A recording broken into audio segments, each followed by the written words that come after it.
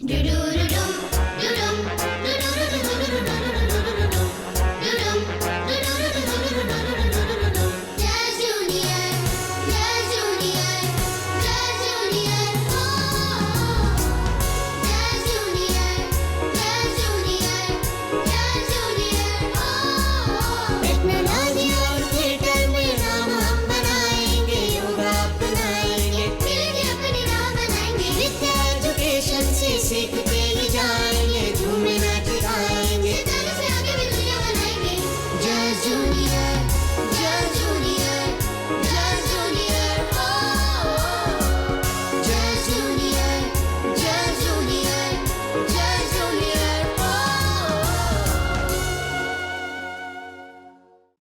children of today will make the India of tomorrow. The way we bring them up will determine the future of the country. Children are like buds in a garden. They should be nurtured with care and love. They are the future of the nation, the citizens of tomorrow. Only through right education can a better order of society be built up. Hello friends, स्वागत है आपका हमारे favourite show just junior में।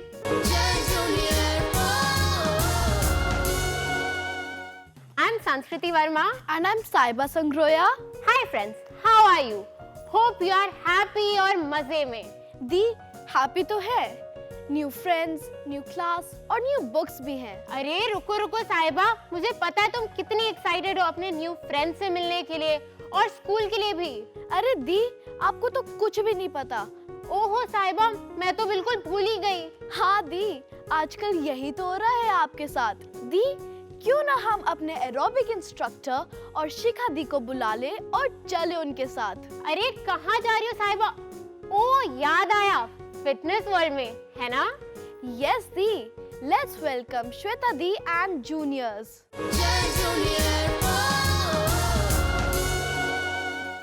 Hi everyone, I hope you all are enjoying these workouts and doing with us.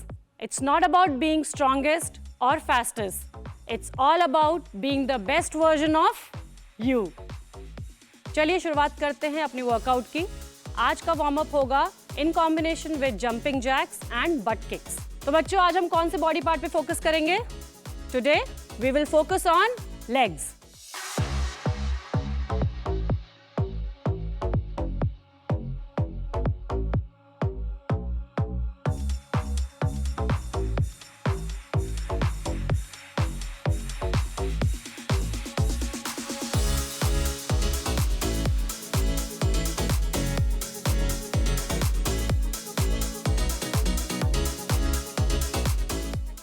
तो पहली exercise जो आज हम करेंगे वो है side leg raises. This is a very good exercise for your obliques.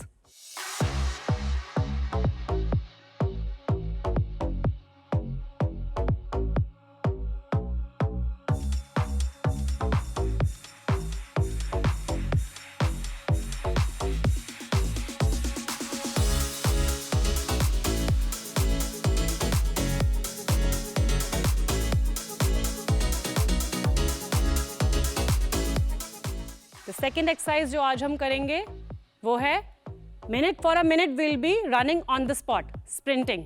This is very good for your stamina.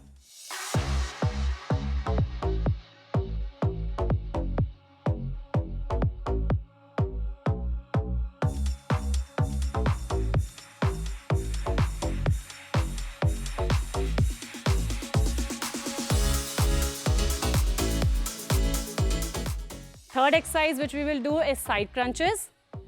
This works on all the ab wall.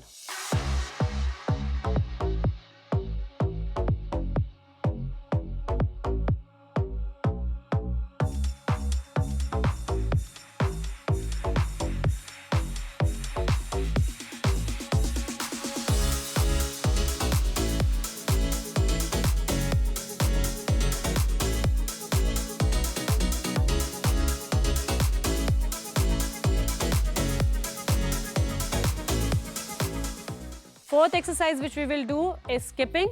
This is a very good exercise for your cardiovascular health.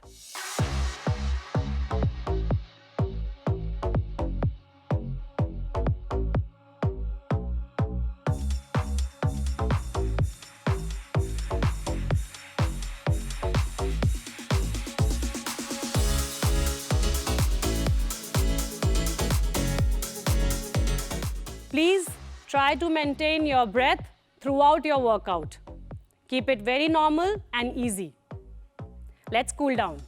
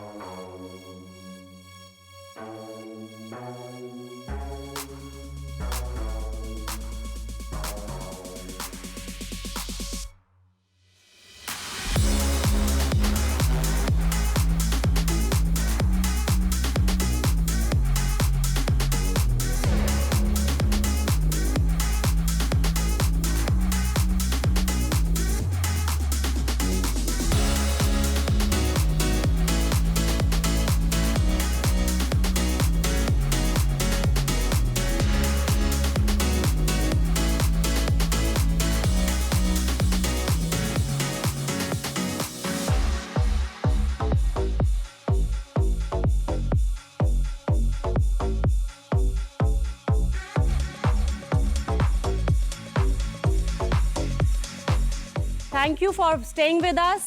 Thank you for doing the workout with us. See you next week. Till then, be active, be awesome.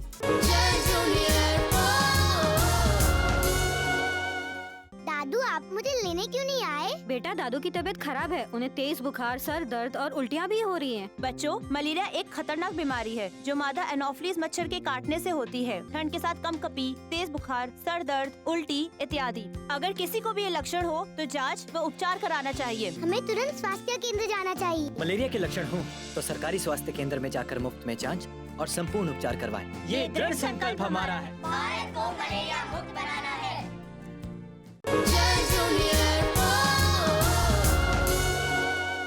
अरे साहिबा, तुम तो बहुत समझदार हो गई हो, तुम्हें तो सब याद रहता है। तभी तो बोलते हैं, if you believe, you will achieve. Right friends, the body achieves what the mind believes. Thank you so much Shweta दी, आपने हमें इतनी अच्छी एक्सरसाइजेस सिखाई। Thank you श्वेता दी।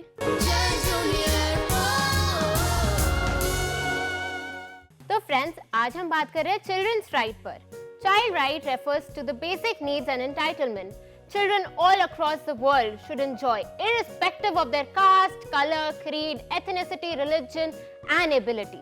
और बात करेंगे right to life and survival, education, health and protection from violence पर। So इसी टॉपिक पे बात करने के लिए आज हम अपने शो में बुला रहे हैं मिसेस सोनल रावत को। She is a principal of Bluebells International School, New Delhi. And also Mrs. Mamta Sahai.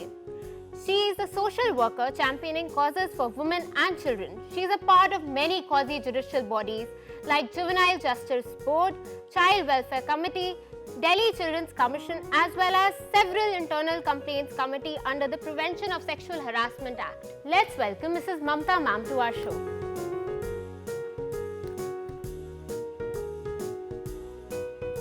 Hi ma'am. Let's also welcome Mrs. Sonal ma'am.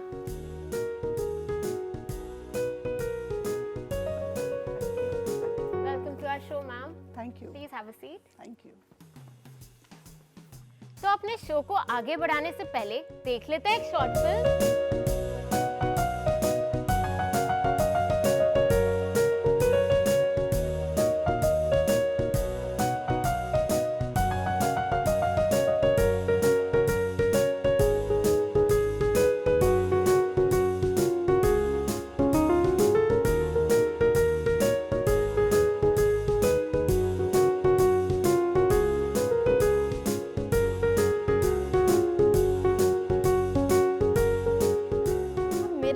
Question है, when did child rights start in India?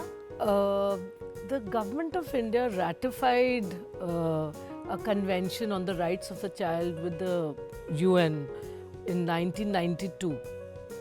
Basically, child rights have always been there. Even the constitution of our country has envisaged child rights ever since its inception.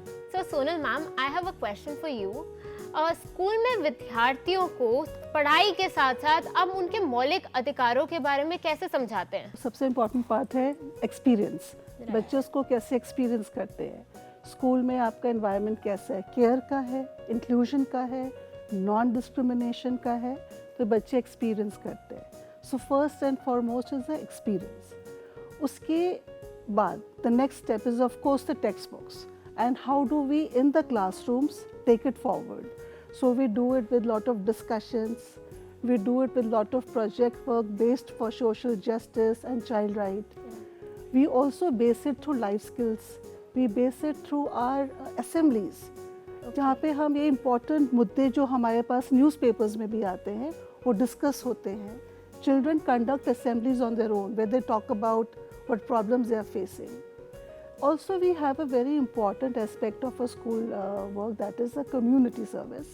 In senior classes, children go out and reach out to other areas of the community nearby and they support. तो ये सारा process बच्चों को बिना बहुत ज़्यादा बोलते हुए उनको experience कराना through different modes. हम इस तरह से उन्हें right सिखाते हैं and of course जो text books में लिखा है तो वो तो बच्चों को definitely पता होता है. And we also do lot of advocacy. So जो बच्चों को लगता है कि ये मुद्दा बहुत इम्पॉर्टेंट है और हमें इसको हाईलाइट करना चाहिए, so we do it through letters to various organization, we do campaigns and we also support in that multiple ways. So social work remains a important part of that. तो friends, आज हमारे show में हमारे साथ जुड़े हैं ब्लूब्लाइट school international के बच्चे और वो हमारे एक्सपर्ट से कुछ क्वेश्चंस पूछेंगे. So can I have the first question, please? Ma'am, today we see children face many mental traumas through the troubles and problems that they go through, not just outside but even inside school. What do you think can be done about that? बच्चों का mental harassment आजकल बहुत ज़्यादा होता है क्योंकि आजकल जो जेट एज जा रही है, जितना सोशल मीडिया का एक्सपोजर है, उसके अलावा बच्चों के ऊपर इतना प्रेशर है स्कूल का, घर का, पेरेंट्स के एक्सपेक्टेशंस का. सो इसलिए मुझे लगता है जो हमारा राइट टू एजुकेशन लॉ है जो 2009 में आया हमारी कंट्री में, उसमें एक counsellor is a must in every school. हर स्कूल में एक काउंसलर की ज़रूरत है और बच्चों को उन काउंसलर्स के पास जाना चाहिए और काउंसलर्स के पास उसका सल्यूशन होना चाहिए. कैसे अगर बच्चों के पास प्रॉब्लम्स अपने पेरेंट्स से रिलेटेड है तो पेरेंट्स को बताना चाहिए, टीचर से रिलेटेड है या किसी और थर्ड पर्सन से रिलेटेड है या अपने दोस्तों से रिलेटेड है. इसके लिए बहुत ज़रूरी है उनको सुनना. हम बच्चों को सुनना नहीं चाहते हैं, इसलिए शायद प्रॉब्लम्स और बढ़ती जाती हैं. Thank you so much for your answer, ma'am. Can we please have the next question? What are the basic rights that children are entitled to? Children are entitled to all the rights and more than that, which is envisaged in our constitution of our country.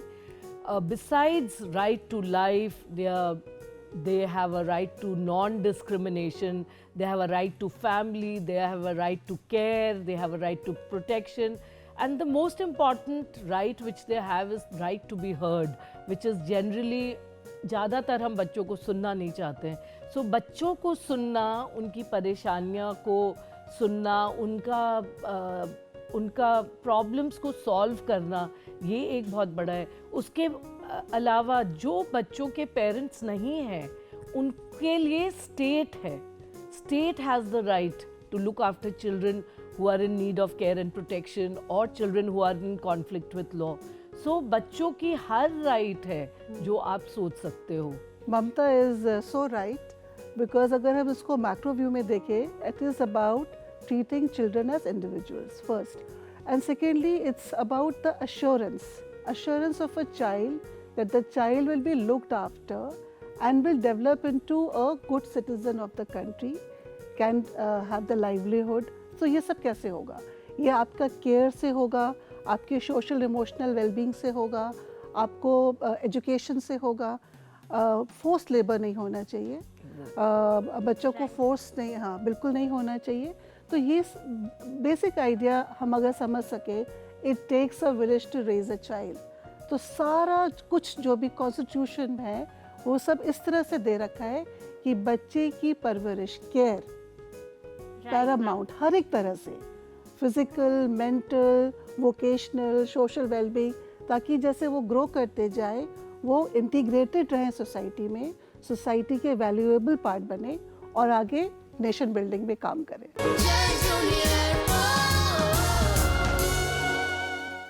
चलिए अब बात करते हैं अपनी एक junior friend से। देखेंगे क्या वो अपने अधिकारों के बारे में जानती हैं। Yes, I know about my rights. First, right to education. आजकल हर बच्चे को till the age of 14 हर बच्चे को compulsory right to education है. Compulsory education and free education. Second, every child should be the right to equality. Every child should be treated equally. किसी बच्चे को कम उसके कास्ट या उसके रिलीजन के हिसाब से नहीं देखना चाहिए। Every child is good and perfect. वाह सिमरन, आपने इतना अच्छा आंसर दिया। मुझे जानकर बहुत खुशी हुई कि आपको अपने अधिकारों के बारे में इतना कुछ पता है।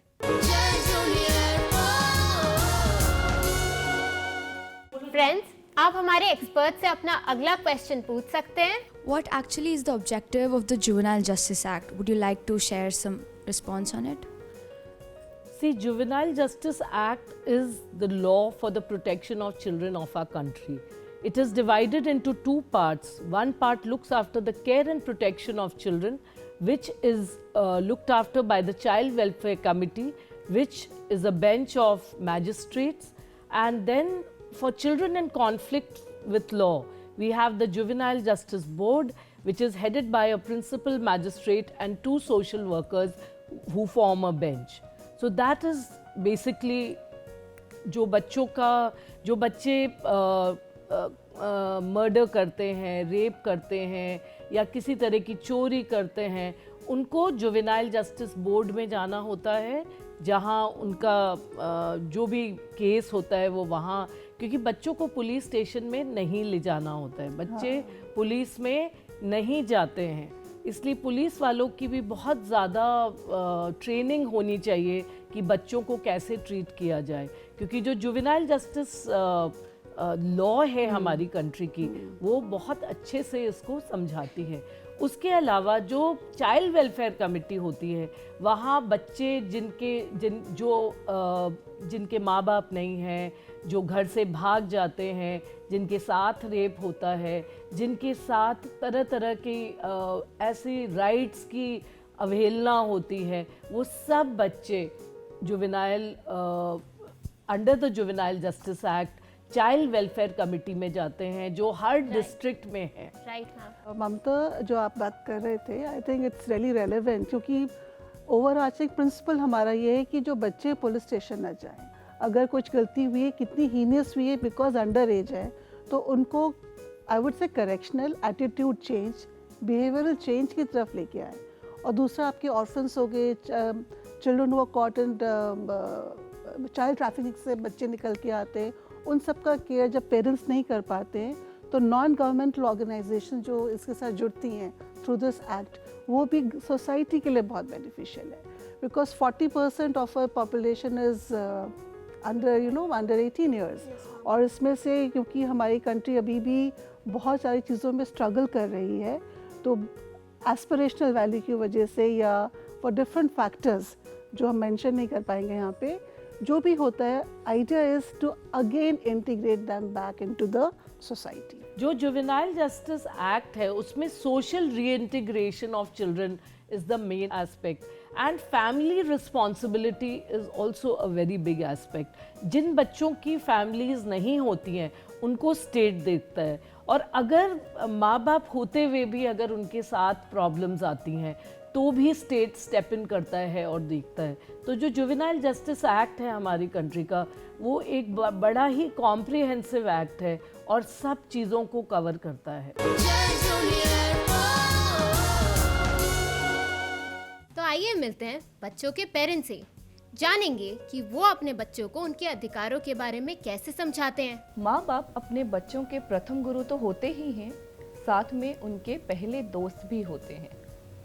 तो माता पिता के दिखाए हुए कदमों पर ही बच्चा आगे बढ़ता है और अपने पथ की ओर चलता है। हमारे इंडियन कॉन्स्टिट्यूशन में बहुत सारे बच्चों के नैतिक अधिकारों के बारे में बताया गया है, लेकिन क्या माँ बाप को भी उनके बारे में पता है? जब तक माँ बाप को उनके माता पिता को इन अधिकारों के बारे में नॉलेज नहीं होगी तो वो बच्चों को भी नहीं बता पाएंगे। हमारे इंडियन कॉन्स्टिट्यूशन में बहुत सारे नैतिक अधिकार जैसे कि right to discrimination, right to equality, right to protection against the hazardous employment till the age of 14।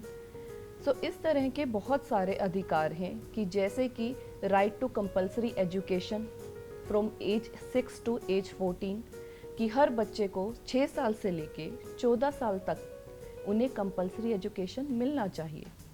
किसी भी कलर के आधार पर, उनकी जाति के आधार पर, उनके रिलीजियन के आधार पर किसी के साथ भी कोई भेदभाव नहीं करना चाहिए। और किसी भी बच्चे को, चाहे उनकी आर्थिक तंगी के कारण या उनके आर्थिक हालात अगर नहीं अच्छे हैं, तो भी उनको काम करने के लिए या किसी के घर में काम करने के लिए हमें उन्हें सहमति नहीं देनी चाहिए। माँ बाप के पास आजकल बहुत ज़्यादा तरीके हैं कि वो अपने इन अधिकारों को अपने बच्चों को बता सकते हैं। आप बच्चों के साथ उनके नैतिक अधिकारों के बारे में खुलकर बात कर सकते हैं, क्योंकि अगर बच्चे को उसके नैतिक अधिकार का नहीं पता होगा तो वो आगे नहीं बढ़ पाएगा और उसके प्रगति के रास्ते में बहुत बड़ी रुकावट आ जाएगी। ममता मैम, मेरा आपसे क्वेश्चन है कि माता पिता अपने बच्चों को उनके राइट समझाने में क्या भूमिका निभा सकते हैं? देखिए, माता पिता का तो सबसे इम्पॉर्टेंट रोल होता है बच्चों को समझाना, सिखाना। आजकल जिस तरह से मैं देखती हूँ, माँ बाप अपने इतने बिजी हो जाते हैं अपने में, और ये जो मोबाइल का युग है और सोशल मीडिया का युग है, मुझे कभी कभी लगता है कि बच्चों का कहीं ना कहीं शोषण बढ़ रहा है, क्योंकि माँ बाप सबसे पहली सीढ़ी है जहाँ बच्चों को उनकी राइट्स को बताना, किस तरह से बच्चे अपना जीवन जिए, क्या रिस्ट्रिक्शंस में बच्चों को जीना ज़रूरी है, ये सब बातें माँ बाप से अच्छा और कोई नहीं समझा सकता। बाहर के लोगों की बातें सेकेंडरी आती हैं, सबसे पहले parents are the first step who actually have to educate children. Yes, ma'am. I think decision making, जब आप फैमिली में बैठते हैं, डिसीजन मेकिंग होती है, उसमें बच्चों को पार्टिसिपेट कराना, उनके व्यू पॉइंट्स लेना, ओपिनियन लेना, बच्चों को आपके डिसीजन पे डिफ़र करने का राइट देना, जस्टिफाई करना, ये सब शो करता है पेरेंट्स की तरफ से कि आप हमारा एक हिस्सा हो, पर आप एक इंडिविजुअल भी हो। Right, ma'am. Completely agreed, ma'am. Thank you so much for the answers, ma'am. And thank you so much for coming to our show. It was a pleasure having you here. और आपने हमें और हमारे viewers को इतनी सारी information दी, उसके लिए thank you so much. I would like to thank both the beautiful and sweet anchors to having us here and having our students from the school here. Thank you so much. Thank you, ma'am. Thank you very much for having me here. And ये जो जितने laws के बारे में हम समझ सकें, because laws are a protection for children, so it was a pleasure to come here and meet all of you, and thank you to Doordarshan for having us here. Absolutely. Thank you so much for coming to our show, ma'am.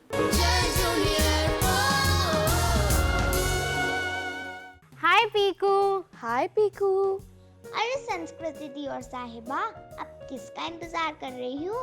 अरे पीकू, हम तुम्हारा ही तो इंतजार कर रहे हैं। अच्छा, मेरा क्या? आप लोगों को तो पता है ना, मैं तुम्हीं से मिलने आती हूँ। पीकू, तुम हम सबकी इतनी प्यारी फ्रेंड हो, इसीलिए तो। अच्छा जी। और तुम हमें इतनी प्यारी प्यारी स्टोरीज भी तो सुनाती रहती हो। अच्छा, बस इसलिए साहिबा। और पानी को किन किन सोर्सेस से बचाना है, ये भी तो हम सबको समझाती हो। पीकू, तुम आज कौन सी स्टोरी सुनाने जा रही हो हमें? बताओ ना प्लीज। अब पहेलियां मत बुझाओ ना प्लीज पीकू। हाँ, अरे साहिबा मेरी दोस्त, तुम भी बड़ी प्यारी बातें करती हो। आज मैं तुम्हारे लिए बड़ी प्यारी कहानी लेकर आई हूँ। पानी की हर एक बूंद मायने रखती है, क्योंकि हर बूंद में जीवन है। तो चलो आज मैं और संस्कृति दी आपको पानी बचाने की कहानी सुनाते हैं।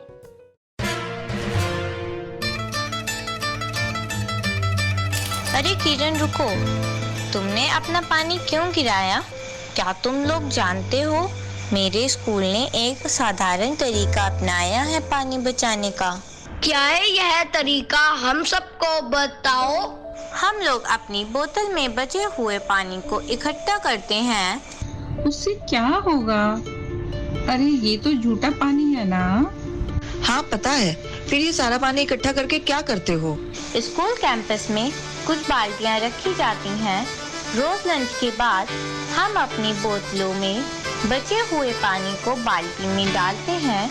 हमारे टीचर और स्कूल के अन्य कर्मचारी उस पानी को पेड़ों की सिंचाई या साफ सफाई के लिए इस्तेमाल करते हैं। यह तो सच में बहुत ब्रिलियंट आइडिया है। यह हम अपने घर पर भी कर सकते हैं। बिल्कुल, हम अपने घर पे भी ट्राई करेंगे। मम्मी हमेशा कहती है पीने का पानी बदलने को। ये बचा हुआ पानी हम पक्षियों को भी पिला सकते हैं। मैं सोच सकता हूँ कि स्कूल कितना सुंदर दिखता होगा जब इतने सारे पेड़ उगने लगेंगे। बिल्कुल, यह सिर्फ स्कूल को खूबसूरत बनाने की बात नहीं है, यह हमारे पानी के साधनों के प्रति सोच बदलने का तरीका भी है। पानी अनमोल है और हमें हर बूंद बचानी चाहिए। हम भी यही करना शुरू कर दें। हम भी अपने पार्क में फर्क ला सकते हैं। याद रखना, हर बूंद कीमती है। चलो पेड़ों को सींचा जाए और कुछ नए पौधे भी लगाए जाएं। हम पानी के सुपर हीरो हैं। बूंद बूंद से हमारी धरती को बचा रहे हैं। देखो, इन बच्चों ने और इनके स्कूल ने मिलकर कितना अच्छा काम शुरू किया है।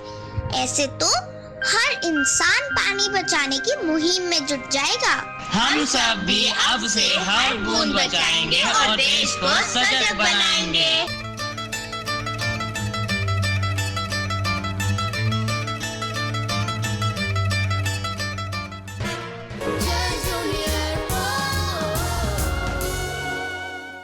तो फ्रेंड्स, आप अपने अधिकारों के बारे में अब जान ही गए होंगे। तो अब हम अपना एक ईमेल पढ़ लेते हैं जो हमारे एक प्यारे से व्यूअर ने भेजा है। ये ईमेल आया है विशाल सेन की तरफ से। Dear anchors, your programme is very much appreciated. This is really a fine programme. I am a professor from MP. My daughter is 7 years old. She is a very fine dancer. I request you to give her a chance and interview my beautiful angel. It will be a pleasure to have you here. Thank you so much for the beautiful email. So friends, now it's time to take your leave. We will meet you on the same day, same time next week, only on your favorite show, Jazz Junior. और हमें Instagram और Facebook पे follow करना मत भूलना। और आप हमें अपने फीडबैक ddjazzjunior@gmail.com पर भेज सकते हैं। Till then, stay safe and out of trouble, my friends. Bye. Bye.